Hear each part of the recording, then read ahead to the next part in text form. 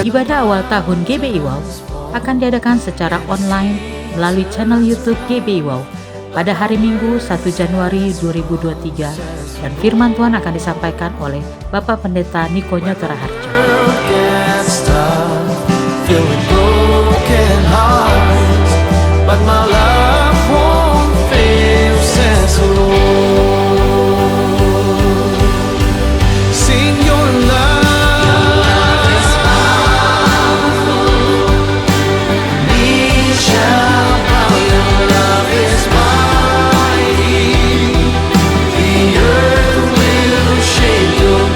Kegiatan ibadah tengah minggu, Bible Talk, Menara Doa, dan Sekretariat GBI Wow diliburkan dan aktif kembali mulai hari Senin 9 Januari 2023. Bagi Anda yang ingin memberikan persembahan, perpuluhan, atau diakonia, dapat transfer ke nomor rekening BCA atas nama GBI Wow, atau Anda dapat scan QR yang tertera pada layar.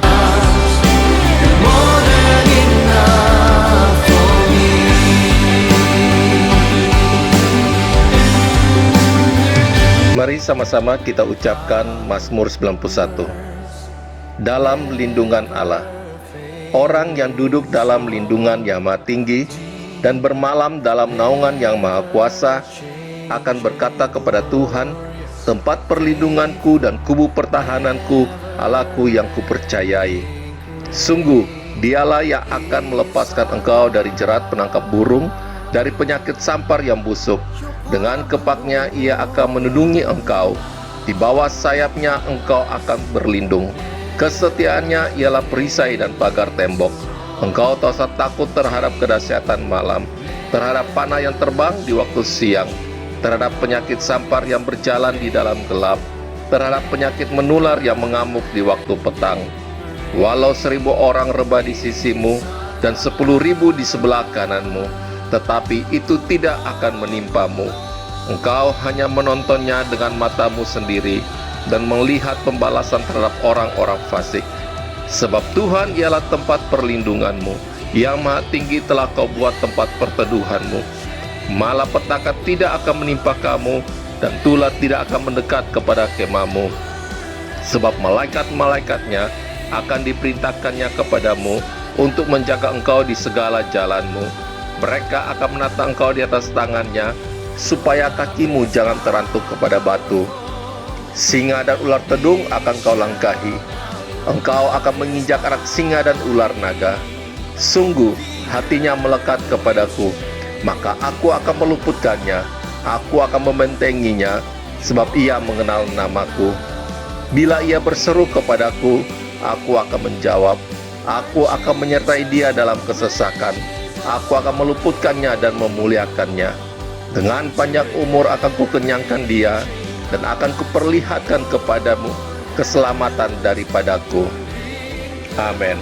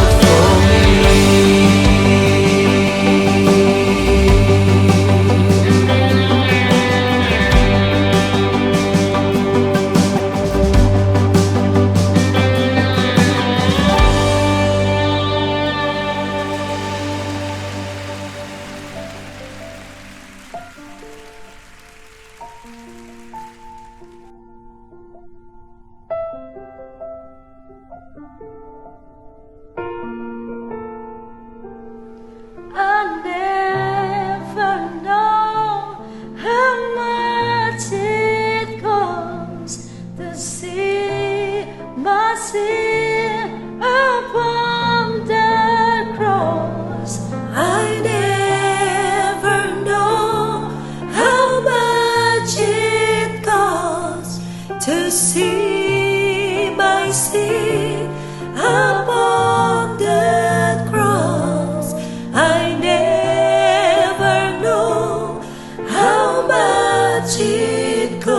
cross, to see my sin upon the cross.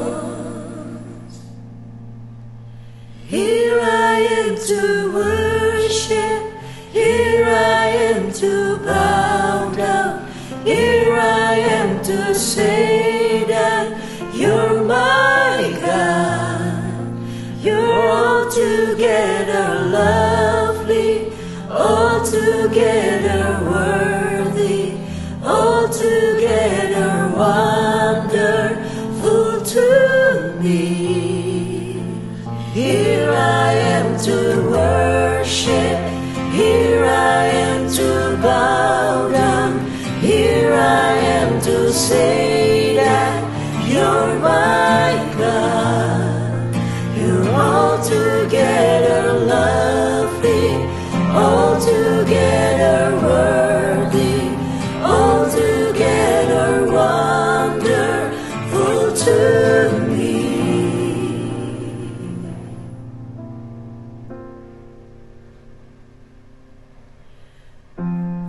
Is the Lamb seated on the throne, crown you now with many crowns. You reign victorious,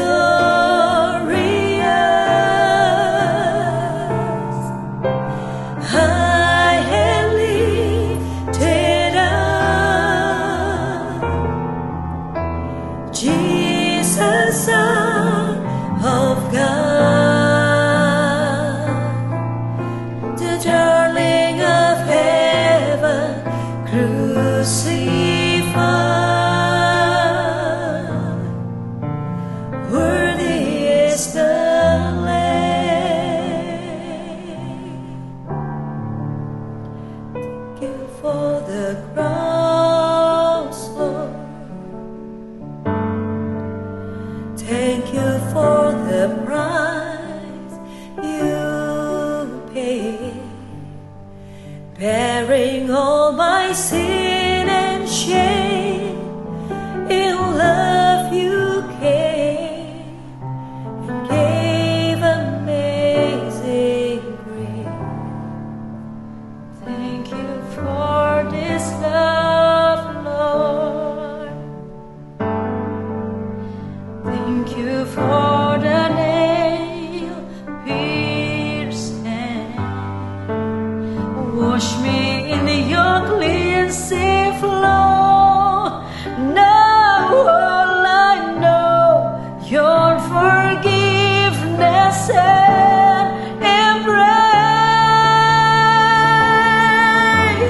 Worthy is the Lamb seated on the throne, crown you now with many crowns. You reign victorious,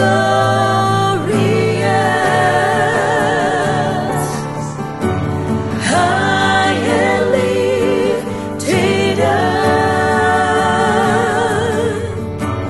Jesus, Son of God, the darling of heaven, crucified. Worthy is the Lamb. Karena salibmu ku hidup, karena salibmu ku menang. Engkau yang berkuasa, sanggup untuk melakukan mujizatmu. Karena salibmu ku hidup, karena salibmu ku menang.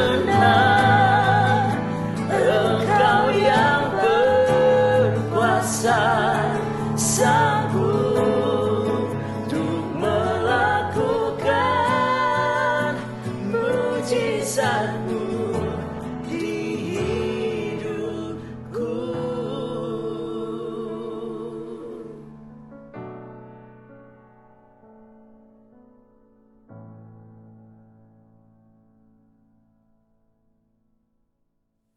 Shalom semuanya. Kita baru saja memasuki tahun yang baru, yaitu tahun 2023. Kita baru saja meninggalkan tahun 2022. Tahun paradigma yang baru. Tahun di mana Tuhan membuat sesuatu yang baru. Yang lama sudah berlalu. Kita sedang melihat bahwa tahun 2023, pandemi COVID-19 masih belum berakhir. Perang Rusia-Ukraina yang masih berkelanjutan. Informasi tentang inflasi dan resesi ekonomi tahun 2023 diberitakan di semua platform media sosial. Mungkin ada yang bertanya-tanya, bagaimana dengan keadaan saya? Apakah keadaan saya akan lebih baik atau lebih jelek? Bagi saudara yang sedang bertanya-tanya seperti itu, saya katakan bahwa kita harus berpegang kepada firman Tuhan. Sesuai dengan Ratapan 3 ayat 22 dan 23 yang berkata, tak berkesudahan kasih setia Tuhan, tak habis-habisnya rahmat-Nya, selalu baru tiap pagi, besar kesetiaanmu. Berdasarkan ayat ini, kita harus percaya bahwa kasih setia Tuhan selalu baru setiap hari, selalu baru tiap minggu, selalu baru tiap bulan, dan selalu baru setiap tahun. Karena itu saya mengajak saudara untuk memperkatakan ini. Tuhan, saya percaya, bagi saya, tahun 2023 akan lebih baik dari tahun 2022. Karena kasih setia Tuhan selalu baru setiap pagi, selalu baru tiap minggu, selalu baru setiap bulan, dan selalu baru setiap tahun. Kasih Tuhan tak berkesudahan, tak habis-habisnya rahmat-Nya, selalu baru setiap pagi, baru setiap pagi, besar setiamu Tuhan, besar setiamu. Kasih Tuhan tak berkesudahan, tak habis-habisnya rahmat-Nya, selalu baru setiap pagi, baru setiap pagi, besar setiamu Tuhan, besar setiamu, besar setiamu Tuhan, besar setiamu. Selain hal yang di atas, kita percaya bahwa tahun 2023 akan lebih baik daripada tahun 2022 adalah karena Ratapan 3 ayat 24 berkata, Tuhan adalah bagianku, kata jiwaku. Oleh sebab itu, aku berharap kepadanya. Jadi karena kita akan selalu berharap kepadanya, maka kita akan berkata, tahun 2023 akan lebih baik dibanding tahun 2022. Haleluya! Apa yang terjadi kalau kita berharap kepadanya? Yang pertama, sesuai dengan Yesaya 40 ayat 30 dan 31, maka orang yang berharap kepada Tuhan akan mendapatkan kekuatan yang baru, yang akan melebihi kekuatan orang-orang muda. Mereka seumpama Raja Wali yang naik terbang dengan kekuatan sayapnya. Mereka berlari dan tidak menjadi lesu. Mereka berjalan dan tidak menjadi lelah. Haleluya! Orang yang berharap Tuhan diperbarui kuatnya, terbang naik dengan sayap Raja Wali. Berlari tiada penat, berjalan tiada lelah. Ajarku harap Kau Tuhan. Orang yang berharap Tuhan diperbarui kuatnya, terbang naik dengan sayap Raja Wali. Berlari tiada penat, berjalan tiada lelah. Ajarku harap Kau Tuhan. Yang kedua, hal yang terjadi kalau kita berharap kepadanya, sesuai dengan Mazmur 37 ayat 23 dan 24 yang berkata, Tuhan menetapkan langkah-langkah orang yang hidupnya berkenan kepadanya. Apabila ia jatuh, tidaklah sampai tergeletak. Sebab Tuhan menopang tangannya. Tuhan menetapkan langkah-langkah orang yang hidupnya berkenan kepadanya. Apabila ia jatuh, tak sampai tergeletak. Sebab Tuhan menopang tangannya. Tangannya, tangannya, oh tangannya, tangannya. Sebab Tuhan menopang tangannya. Apabila ia jatuh, tak sampai tergeletak. Sebab Tuhan menopang tangannya. Sebab Tuhan menopang tangannya. Saudara, mari angkat tangan kita bersama-sama dan katakan, sebab Tuhan menopang tanganku. Sebab Tuhan menopang tanganku. Sebab Tuhan menopang tanganku. Sebab Tuhan menopang tanganku. Orang yang hidupnya berkenan kepada Tuhan adalah orang yang berharap kepada Tuhan. Bagi orang yang seperti itu, Tuhan akan menetapkan langkah-langkahnya. Dan apabila ia jatuh, tidaklah sampai tergeletak. Sebab Tuhan menopang tangannya. Perlu dicatat, sebagai orang-orang yang berkenan kepada Tuhan, kita bisa jatuh ke dalam berbagai macam kegagalan dan masalah. Tetapi Alkitab berkata, kita bisa jatuh, tetapi tidak sampai tergeletak. Sebab Tuhan menopang tangan kita. Katakan haleluya. Yang ketiga, hal yang terjadi kalau kita berharap kepadanya adalah sesuai dengan Yeremia 17 ayat 7 dan 8 yang berkata, diberkatilah orang yang mengandalkan Tuhan, yang menaruh harapannya pada Tuhan. Ia akan seperti pohon yang ditanam di tepi air, yang merambatkan akar-akarnya ke tepi batang air, dan yang tidak mengalami datangnya panas terik, yang daunnya tetap hijau, yang tidak khawatir dalam tahun kering, dan yang tidak berhenti menghasilkan buah. Haleluya! Yang keempat, hal yang terjadi kalau kita berharap kepadanya, sesuai dengan Mazmur 32 ayat 8 dan Mazmur 33 ayat 18, bahwa mata Tuhan tertuju kepada mereka yang takut akan Dia, kepada mereka yang berharap akan kasih setianya. Tuhan akan mengajar, menasehati, dan menunjukkan jalan yang harus kita tempuh. Tuntunan Tuhan ini akan kita mengerti hanya kalau mata kita tertuju kepada Dia.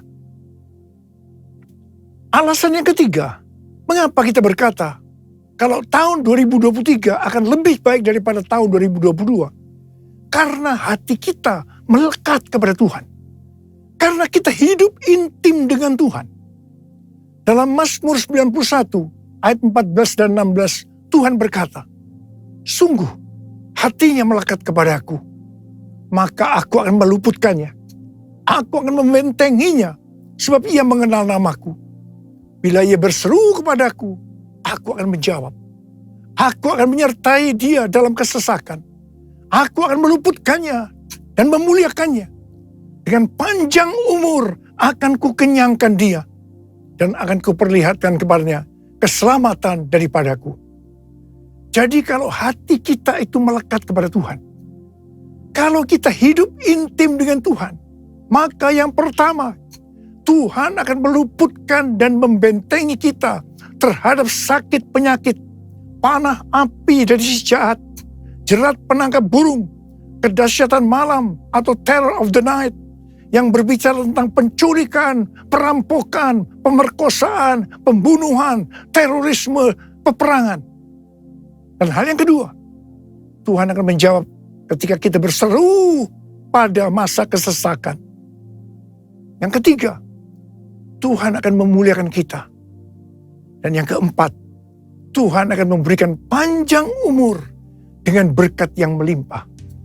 Dan yang kelima, Tuhan akan memberikan keselamatan. Haleluya! And I love you, Jesus, I love you. Yes, I love you, because you first loved me. And I love you, Jesus, I love you. Yes, I love you, because you first loved me. Saudara, Tuhan Yesus yang mengasihi kita terlebih dahulu. Karena itu, dia menginginkan, dia merindukan kita mengasihi dia dengan segenap hati, dengan segenap jiwa, dan dengan segenap kekuatan kita. Mari katakan bersama saya, because you first love me, because you first love me, because you first love me.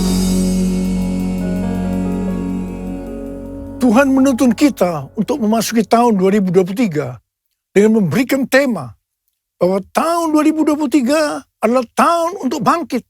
Jadilah pemenang. The year to rise up, be victorious. Tuhan memberikan ayat emas untuk tema tahun ini dari Efesus 5 ayat 14. Dan 2 Korintus 2 ayat 14. Mungkin ada sebagian orang ketika mendengar tahun 2023 adalah tahun untuk bangkit. Jadilah pemenang. Langsung pengertiannya adalah bangkit dari keterpurukan dalam bidang ekonomi, sosial, kesehatan, keluarga, sekolah, dan lain-lain.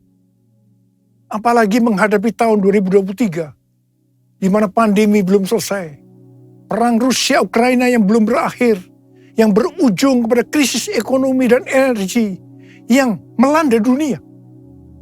PHK massal di perusahaan-perusahaan besar seperti Twitter, Facebook, disusul dengan Disney, Amazon, juga Rusia dan Inggris dinyatakan resesi. Banyak yang merasa takut, khawatir, dan panik. Namun ketika mendengar tema yang Tuhan berikan untuk tahun 2023, itu memberikan satu pengharapan yang baru bagi mereka yang bergantung kepada Tuhan Yesus. Kita baru saja meninggalkan tahun 2022, yang berarti meninggalkan tahun paradigma yang baru. Selama ini kita merasakan bahwa cara-cara yang lama ketika memasuki tahun 2022 sudah tidak dapat digunakan lagi. Harus memakai cara yang baru yang Tuhan berikan kepada kita. Mungkin ada di antara kita yang justru mengalami kesulitan untuk menyesuaikan diri, sehingga mengalami frustasi, tertekan, tidak tahu apa yang harus diperbuat. Di tengah-tengah keadaan seperti itu, Tuhan berbicara kepada kita bahwa tahun 2023 adalah tahun untuk bangkit. Jadilah pemenang. Saya percaya Tuhan memberikan kepada kita kekuatan untuk bangkit dan meraih kemenangan. Amin. Efesus 5 ayat 14 berkata, itulah sebabnya dikatakan, bangunlah, hai kamu yang tidur, dan bangkitlah dari antara orang mati, dan Kristus akan bercahaya atas kamu. Dalam pengertian bahasa Ibrani, kata bangkit diterjemahkan sebagai kum, yang memiliki pengertian yang sama dengan bahasa Inggris rise dan stand. Yang menarik adalah kata kum juga memberi pengertian bahwa yang namanya bangkit itu adalah berdiri tegak. Bangkit dari mindset yang salah.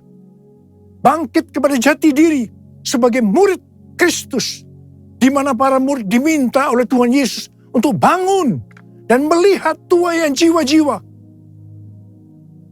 John Wesley, Bapak Gerakan Metodis dan Kekudusan, memberikan komentar bahwa Efesus 5 ayat 14 ini menyiratkan pesan agar pengikut-pengikut Kristus selaku murid-murid Kristus juga bangkit dari ketidakpedulian kepada Tuhan maupun kepada diri sendiri. Supaya Efesus 5 ayat 14 itu terjadi, yaitu supaya kita bangkit dan bangun sehingga Kristus akan cahaya atas kita, maka kita harus melakukan Efesus 5 ayat 15 sampai dengan 21. Karena itu, perhatikanlah dengan seksama bagaimana kamu hidup. Janganlah seperti orang bebal, tetapi seperti orang arif. Dan pergunakanlah waktu yang ada, karena hari-hari ini adalah jahat. Sebab itu janganlah kamu bodoh, tetapi usahakanlah supaya kamu mengerti kehendak Tuhan. Dan janganlah kamu mabuk oleh anggur, karena anggur menimbulkan hawa nafsu. Tetapi hendaklah kamu penuh dengan roh, dan berkata-katalah seorang kepada yang lain dalam mazmur, kidung puji-pujian, dan nyanyian rohani. Bernyanyi dan bersolah bagi Tuhan dengan segenap hati. Ucaplah syukur senantiasa atas segala sesuatu dalam nama Tuhan kita Yesus Kristus kepada Allah dan Bapa kita. Dan rendahkanlah dirimu seorang kepada yang lain di dalam takut akan Kristus.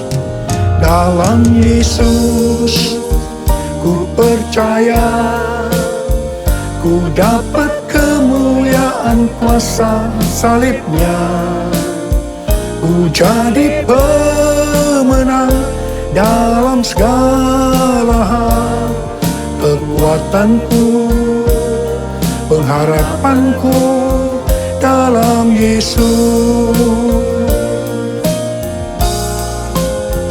Dalam Yesus ku percaya, ku dapat kemuliaan kuasa salibnya. Ku jadi pemenang dalam segala hal.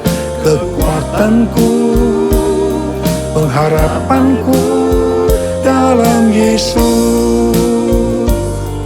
Kekuatanku, pengharapanku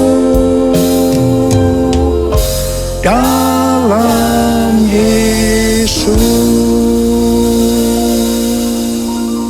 2 Korintus 2 ayat 14 berkata, tetapi syukur bagi Allah yang dalam Kristus selalu membawa kami di jalan kemenangannya. Dengan perantaran kami, Ia menyebarkan keharuman pengenalan akan Dia di mana-mana. Dalam ayat ini Paulus menggambarkan orang percaya seperti sedang dipamerkan oleh Allah kepada dunia sebagai suatu kemenangan dan trofi atau piala kasih karunia Kristus yang menyelamatkan. Kehidupan orang percaya yang sudah ditebus itu dinyatakan sebagai bau yang harum di hadapan Allah dan umat manusia. Kehidupan orang percaya yang dimaksudkan ini adalah mereka yang hidupnya berkemenangan, hidup sebagai pemenang. Kalau kita melihat dalam Wahyu pasal 2 dan pasal 3, yang merupakan pesan Tuhan Yesus kepada 7 sidang jemaat, yang berarti pesan Tuhan Yesus kepada gereja sepanjang masa, selalu diakhiri dengan perkataan sebagai berikut. Barang siapa bertelinga, hendaklah mendengarkan apa yang dikatakan oleh Roh kepada jemaat-jemaat. Jadi ini dapat disimpulkan, barang siapa menang, upahnya masuk sorga. Hanya pemenang yang masuk sorga.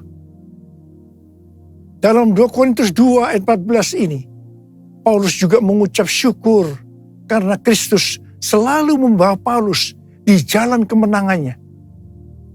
Dalam kaitannya dengan kehidupan kekristenan, maka Allah menunjukkan jalan kemenangan, yaitu jalan salib atau pikul salib yang telah dijalani oleh murid-murid Kristus, sehingga mereka dalam hidup ini memperoleh kemenangan. Sama seperti Kristus telah menunjukkan bahwa ia telah melalui jalan kemenangan dengan memikul salibnya. Demikian juga dengan para pengikutnya, yaitu para muridnya. Saudara dan saya juga harus jalan dan pikul salib.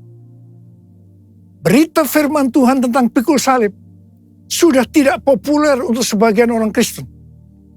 Mereka mengira bahwa untuk masuk surga cukup mengalami kelahiran baru. Setelah itu hidup dengan semau gue. Di sini saya tegaskan, kalau ada yang mempunyai pengertian seperti itu, maka harus bertobat agar kita diselamatkan secara sempurna.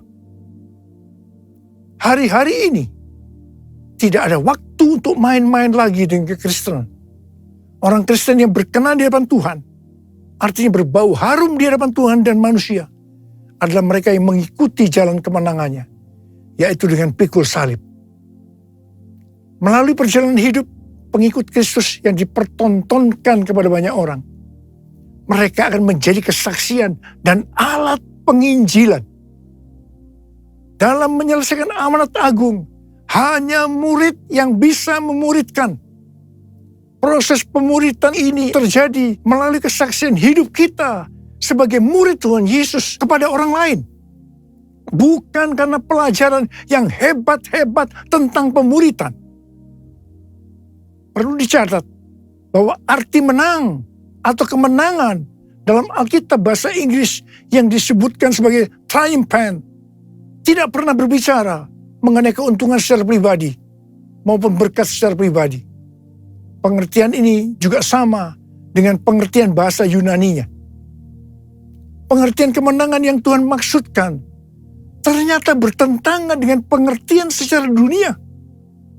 Sebagai perbandingan, perhatikan pengajaran Tuhan Yesus di Matius 5 tentang khotbah di bukit, di mana terlihat perbedaan yang mencolok tentang definisi bahagia secara surgawi dengan definisi umum secara duniawi.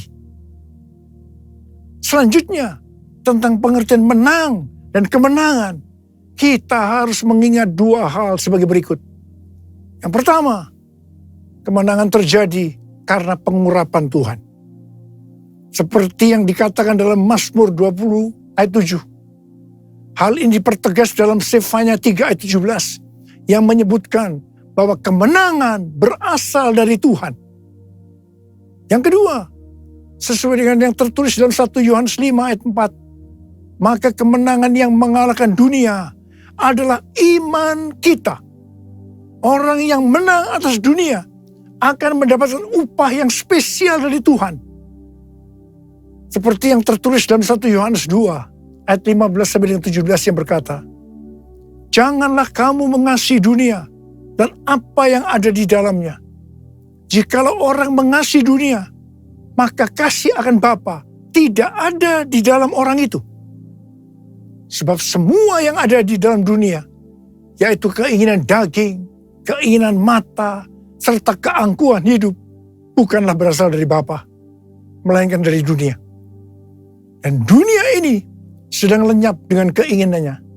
Tetapi orang yang melakukan kehendak Allah tetap hidup sampai selama-lamanya. Karena itu, orang yang menang atas dunia ini akan mendapatkan hidup kekal selama-lamanya. Ku menang bersama Yesus Tuhan. Ku menang di dalam peperangan. Ku menang atas segala setan. Haleluya, haleluya, ku menang. Dalam nama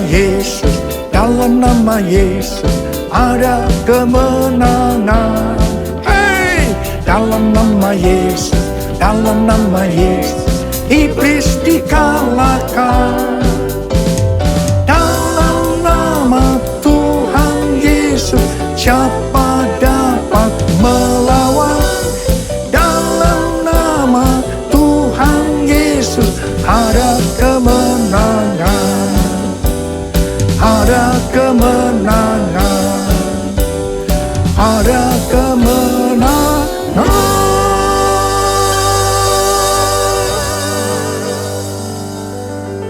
Saya mau berdoa buat saudara. Angkat tangan saudara. Mari kita berdoa. Tuhan, hamba berdoa buat mereka yang sudah mendengarkan firman Tuhan hari ini. Hamba berdoa mereka senantiasa hidup dalam berkemenangan. Mereka keluar sebagai pemenang. Sebab hanya pemenang yang masuk surga. Urapi kami Tuhan, memasuki tahun 2023 ini Tuhan. Urapi kami.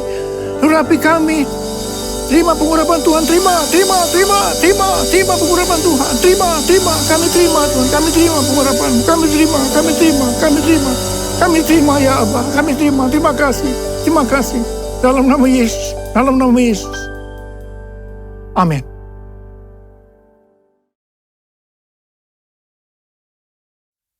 Mari saudara-saudara, kita akan masuk dalam perjamuan kudus, kita akan mengingat ayat ini. Sebab setiap kali kamu makan roti ini dan minum cawan ini, kamu memberitakan kematian Tuhan sampai ia datang. Perjamuan kudus adalah perjamuan Tuhan Yesus sendiri. Setiap kali kita masuk dalam perjamuan kudus, Tuhan Yesus selalu berbicara, biarlah ini menjadi peringatan akan aku. Peringatan akan aku. Karena itu mari arahkan hati kita kepada kebaikan Tuhan. Kita akan mengingat kebaikan Tuhan. Mari tundukkan kepala. Tuhan, siapakah kami sebelum kami mengenal Engkau? Kami semua orang berdosa. Upah dosa adalah maut, mati. Tapi Engkau yang tidak berdosa telah dijadikan dosa oleh karena kami. Engkau harus turun dari sorga mulia, mati ganti kami dengan penderitaan yang luar biasa. Sungguh kalau kami pikirkan betapa baiknya Engkau ya Tuhan. Betapa baiknya Engkau ya Tuhan. Engkau jadikan kami sebagai anak-anak-Mu. Engkau berkati, Engkau tuntun, Engkau bela, Engkau lindungi. Engkau hajar juga kami kalau kami salah. Itu Engkau ya Abah. Itu Engkau ya Abah. Tuhan akan memberkati kita semua melalui perjamuan kudus. Tapi Tuhan mau kita makan dan minum dengan cara yang benar. Karena itu sekarang saat yang tepat memasuki tahun yang baru. Kita koreksi diri. Introspeksi. Jangan menyimpan dosa. Kalau ada dosa yang Tuhan ingatkan saat ini, langsung minta ampun. Langsung minta ampun.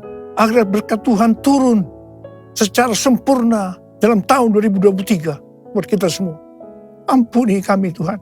Ampuni. Ampuni kami Tuhan. Ampuni. Ya Bapa, makasih. Layakkan kami semua masuk dalam perjamuan kudus. Terima kasih Bapa. Kami akan memasuki perjamuan kudus yang pertama untuk tahun yang baru, tahun 2023. Dengan hati yang penuh sukacita. Dalam nama Yesus. Amin. Sekarang mari kita angkat roti di tangan kanan kita tinggi-tinggi. Sebab apa yang telah kuteruskan kepadamu telah aku terima dari Tuhan. Itu bahwa Tuhan Yesus pada malam waktu ia diserahkan mengambil roti. Dan sesudah itu ia mengucap syukur atasnya. Ia memecah-mecahkannya dan berkata, inilah tubuhku yang diserahkan bagi kamu. Perbuatlah ini menjadi peringatan akan aku. Tuhan dikasih Tuhan, bukankah roti yang kita pecah-pecahkan ini adalah persekutuan kita dengan tubuh Kristus. Mari kita makan dalam nama Yesus.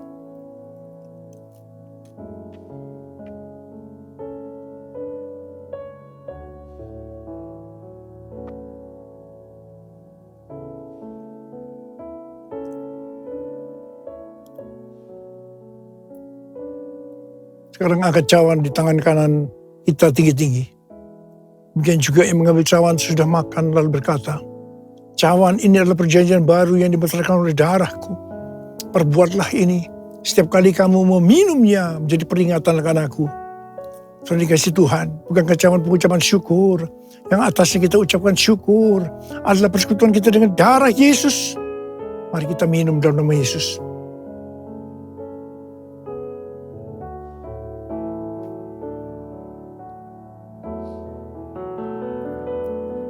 Mari kita angkat tangan kita, ucapkan syukur dan terima kasih. Terima kasih ya Tuhan, terima kasih ya Tuhan, terima kasih ya Tuhan, terima kasih ya Tuhan. Uralaba shikaralaba yaralaba laba, uralaba kanama yaralaba. Terima kasih, terima kasih Tuhan. Kami berdoa buat setiap anak-anak-Mu. Berkati mereka memasuki tahun yang baru, tahun 2023. Tuhan, Engkau menyembuhkan mereka saat ini. Angkat tangan saudara yang sedang sakit. Terima kesembuhan. Terima kesembuhan. Terima. Sembuh dalam nama Yesus. Sembuh dalam nama Yesus. Sembuh dalam nama Yesus. Dipulihkan dalam nama Yesus. Mujizat terjadi dalam hidupku. Mujizat terjadi dalam hidupku. Terima kasih. Terima kasih. Terima kasih. Terima kasih, Bapak. Terima kasih. Dalam nama Yesus kami berdoa. Terima kasih. Terima kasih, Yesusku. Terima kasih, Yesusku. Puji syukur hanya bagi Tuhanku. Terima kasih, Yesusku. Terima kasih, Yesusku. Puji syukur hanya bagi Tuhanku. Terima kasih. Terima kasih Yesusku. Terima kasih Yesusku. Puji syukur hanya bagi Tuhanku. Terima kasih Yesusku. Terima kasih Yesusku. Puji syukur hanya bagi Tuhanku. Puji syukur hanya bagi Tuhanku. Puji syukur hanya bagi Tuhanku.